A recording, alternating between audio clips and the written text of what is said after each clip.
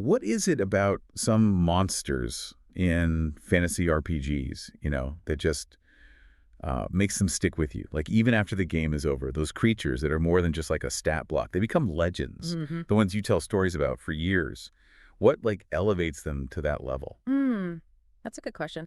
It reminds me of a game I was in recently. Our group was going up against an elder brain. It was the big bad, the mastermind behind a whole colony of mind flayers. Oh, wow. Yeah, and the mental pressure was intense. We were all on edge constantly, like waiting for the psychic attacks and trying to outmaneuver this creature.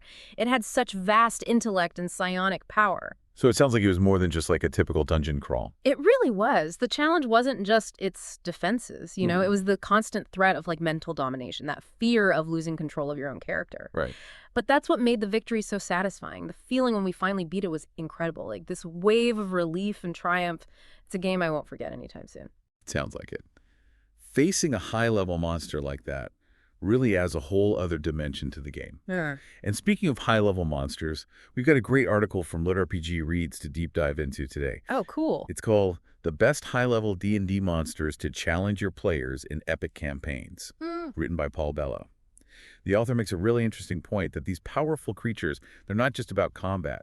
They shape legends and player stories. Yeah, I'd agree with that. The article really emphasizes how these high-level monsters can create these truly epic narratives. They can drive the plot push, character development, and, give you those moments players will remember long after the campaign ends. And the article actually categorizes these monsters. It lists these iconic figures like the Tarask and Tiamat, and then lesser-known threats too, like astral dreadnoughts and demon lords.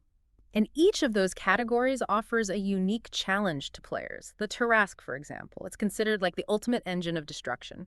Yeah, it's huge. Practically immune to magic, regenerates ridiculously fast, and can just trample entire parties. So it's a legendary challenge for even the most experienced adventurers. And then there's Tiamat, a five-headed dragon goddess who commands all chromatic dragons. It's not just her power that's intimidating. Each head has its own elemental breath weapon, so she's a force of nature. For a more subtle threat, though, the article brings up Vecna, the whispered one. Oh, yeah. Vecna is different from the raw power of, like, the Tarask or Tiamat. He's a master of necromancy and manipulation, so he presents this psychological challenge. He plays mind games, controls undead, and strikes from the shadows. Those iconic figures definitely have their place in D&D lore. But what about those lesser-known threats? What makes creatures like the astral dreadnoughts and demon lords so special? They offer a different kind of challenge, you could say. The astral dreadnoughts, for example, can actually sever the silver cords of astral travelers. Oh, wow. Yeah, trapping them forever in the astral plane. They prey on anyone who ventures outside the material world, so they're a terrifying threat to adventurers exploring those realms. So these astral dreadnoughts, they're not just powerful, but like they pose a very specific danger to adventurers who explore beyond the material plane. What about the demon lords, though? What sets them apart? Well, the demon lords are masters of these specific domains in the abyss, and each one has unique powers and legions of demonic followers. They really embody different aspects of chaos and evil, so they offer a huge range of challenges for players. No. Like Demogorgon, for example, he's the prince of demons, right? And he embodies madness and chaos. He rules over a layer of the abyss called the Gaping Maw. It's this realm of pure insanity. I'm starting to see a pattern here. These high-level monsters aren't just random encounters. They're like deeply integrated into the lore and the whole cosmology of the D&D world. The article really emphasizes that. It says that incorporating these high-level monsters, it's not just about like throwing them at the players. It's about building anticipation, weaving them into the story, and making them a core part of the narrative. So how do you, as a dungeon master, create that sense of anticipation? Foreshadowing is key. So instead of just suddenly springing a Tarask on your party, you could drop little hints, Right. like rumors of tremors shaking the earth or refugees fleeing from a devastated city. Okay. Let the players piece it together and dread that eventual fight. And when it comes to the actual encounter itself, the article seems to stress that it's important to create an epic, memorable battle. Yeah, epic battles are more than just rolling dice. The environment plays a big part. Right. Like imagine a fight against a kraken in a stormy sea, Oh, wow. or a battle with a demon lord in a collapsing temple. These elements make it so much more challenging and exciting. That brings up the question of rewards then. What kind of loot or rewards would be fitting after you face a legendary creature like a Tarask? A few gold pieces doesn't really cut it. The rewards should definitely match the challenge. It could be unique loot that's tied to the monster's lore, like maybe a magical sword forged from the scales of Tiamat, Okay. or a staff imbued with Vecna's necromantic power. So the reward should be meaningful not just in terms of like power, but also in how they connect to the story and the monster you defeated. Are there other kinds of rewards that could work? Definitely. Defeating a powerful creature could give access to new areas of the game world, or reveal ancient secrets, or even trigger plot twists that change the direction of the whole campaign. The article also mentioned that some of these high-level monsters pose a unique challenge, not just physically, but also mentally. Can you talk more about that? Well, we've talked about Vecna and his mind control abilities, but creatures like the Illithid or Mind Flayers, they take it to another level. They're famous for their psionic powers, especially their ability to dominate the minds of others. Imagine facing a creature that can control your thoughts and your actions. That would be terrifying. Yeah, it can be a really disturbing experience for some I players. just could see how that could be problematic. It depends on the group and what they're comfortable with. That's why communication is so important. If you're going to introduce these kinds of heavy mental themes into your campaign, you need to talk to your players first. Get a sense of their comfort levels and make sure everyone's okay with it. It's important for everyone to feel safe and respected at the table, but if those mental threats are handled well, they can create really unique challenges. Absolutely. It becomes less about hitting things hard and more about a battle of wits. It forces the players to think outside the box and come up with creative solutions that they can't just solve with brute force. The article gives a really fascinating list of other high-level monsters that might not be as well known as, say, the Tarrasque, but are just as powerful. We've talked about Demogorgon. Are there any others that stand out to you? One that's always intrigued me is the Merilith. Oh, yeah. It's this serpentine creature with 6 arms and each one holds a sword. Wow. They're so agile and deadly. They often guard important places or serve as elite warriors in demonic armies. Just imagine trying to coordinate an attack against a creature that can block 6 blows at once. That sounds intense. Yeah. What about creatures that use the environment in their attacks? We talked about the Kraken earlier, but the article mentioned another one. Oh, the purple worm. That's a classic. Okay. It's this huge burrowing creature that can tunnel through solid rock. Picture it bursting out of the ground underneath a city or a fortress, causing absolute havoc. That would be a game changer. It really changes the battle dynamics. I'm curious about undead creatures, too. We've already talked about Vecna and liches, but the article lists another terrifying undead monster. Oh, you mean the Dracolich? Yep.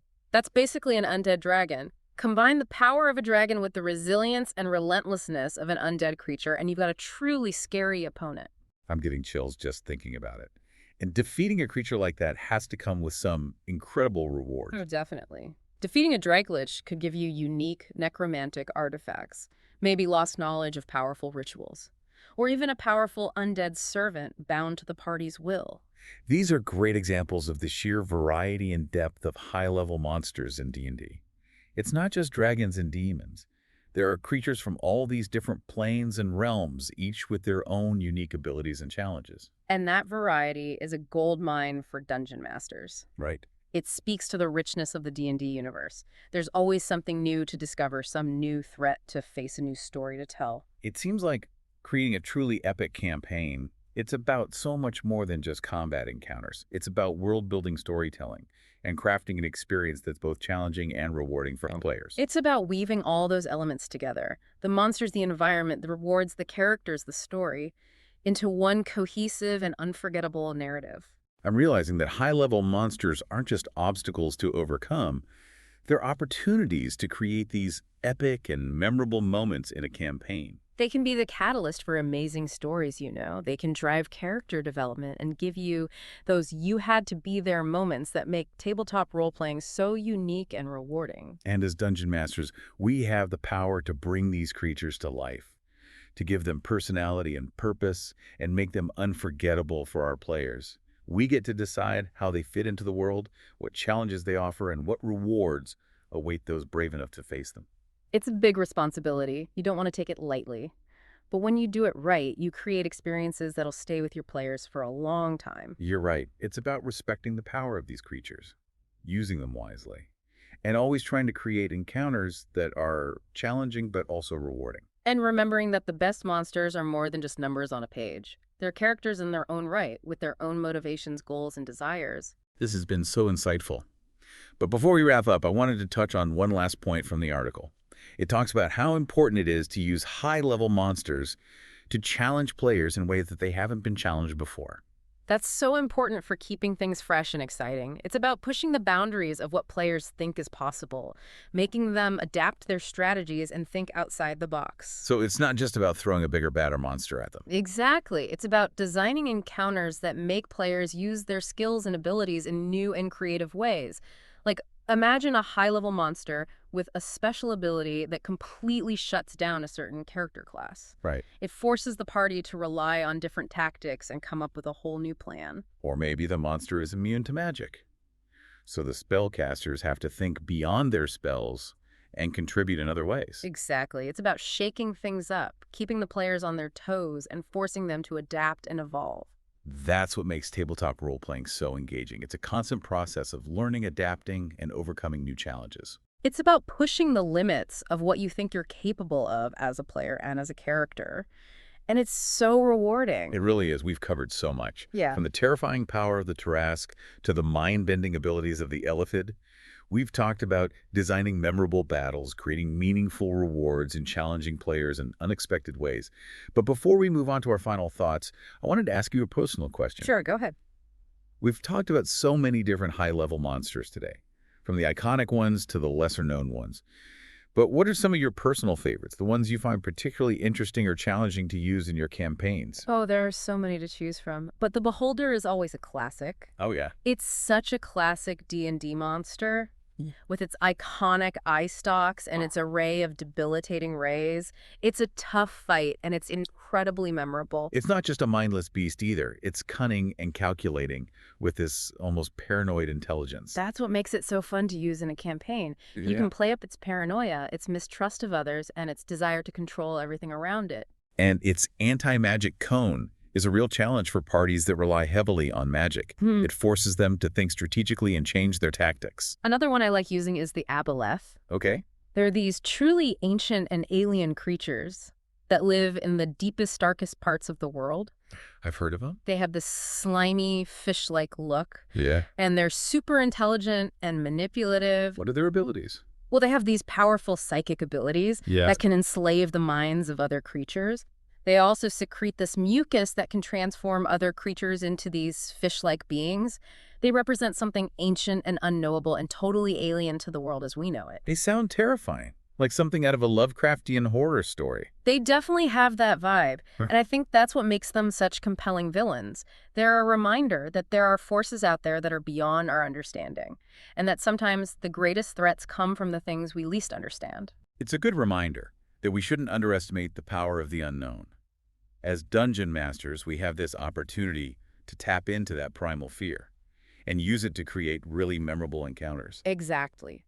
We can introduce creatures that defy expectations, that challenge how players see the world, and that force them to confront the limits of their knowledge and abilities. It's about creating a sense of wonder, but also a sense of dread, that there are things out there that are far greater and more powerful than we can imagine. And that's what makes tabletop role-playing so captivating. It lets us explore those possibilities, to face our fears, and to come out of the experience as heroes. And sometimes even just surviving an encounter with one of these creatures is a victory in itself. That's true. It's not always about killing the dragon or defeating the demon lord. Sometimes the biggest victory is just surviving, learning from the experience, and living to fight another day.